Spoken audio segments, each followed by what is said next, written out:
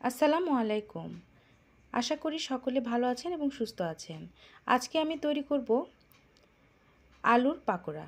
এর জন্য প্রথমে আলু ছোট ছোট কিউব করে কেটে নিয়েছি পেঁয়াজ কিউব করে কেটে। এবার দিয়ে দিচ্ছি স্বাদ অনুযায়ী লবণ, দিয়ে দিয়েছি আদা বাটা হাফ চামচ, রসুন বাটা 1 চামচের মতো, দিয়ে দিচ্ছি মরিচের গুঁড়ো, হলুদের গুঁড়ো।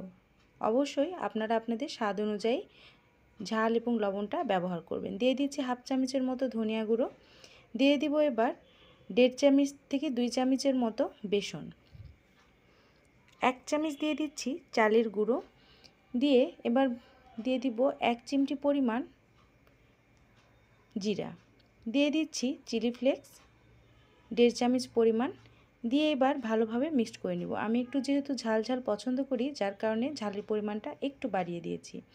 হাত দিয়ে এভাবে মেখে নেওয়ার পর যখন ঝরঝরে এরকম অবস্থানে চলে আসবে, তখন সামান্য একটু পানি হাতে নিয়ে এটি আবারও একটু মেখে নিতে হবে, যাতে এটা বাইন্ডিংটা তৈরি হয় এবং এটি সুন্দরভাবে সেট হয়। মোটামুটি মাখানো কমপ্লিট। এবার আমি হাতে আপনাদেরকে তৈরি করে দেখাচ্ছি। এভাবে গোল গোল করে জাস্ট সেট করে নেবেন, নিয়ে তেলের মধ্যে ভেজে নেবেন। তেলটা অবশ্যই একদম হাই হিটে রাখবেন না, লো হিটে তেলটা গরম অবস্থাতেই আপনারা এটি দিয়ে দেবেন।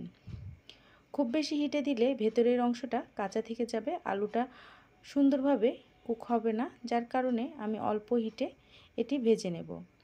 একে একে সবগুলো এভাবে দিয়ে দেব, তারপর এটি হালকা হিটে একটু উল্টিয়ে পাল্টিয়ে ভেজে নিতে হবে।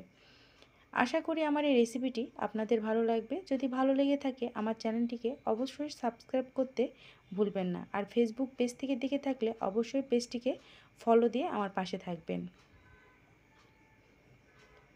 আলুর পাকোড়াগুলো আমি একে একে সবগুলো উল্টে নিচ্ছি। দেখতেই পাচ্ছেন অনেকটা গোল্ডেন কালার হয়ে এসেছে। এবার আমি উঠিয়ে নেওয়ার মতো যখন হয়ে এসেছে, তখন আমি এটি উঠিয়ে পরিবেশন করব।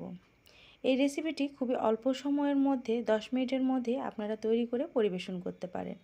এবার এটা উঠিয়ে পরিবেশন করার পালা। আমি এটি সসের সাথে পরিবেশন করছি। আপনারা চাইলে ভাত কিংবা এমনিও খেয়ে নিতে পারেন। খুবই মজাদার এবং খুবই সুস্বাদু। আপনাদের সাথে আমি একটা ভেঙে শেয়ার করে দেখাচ্ছি। উপরটা একদম ক্রাঞ্চি এবং ভিতরটা সফট সফট, খেতে বেশ মজার।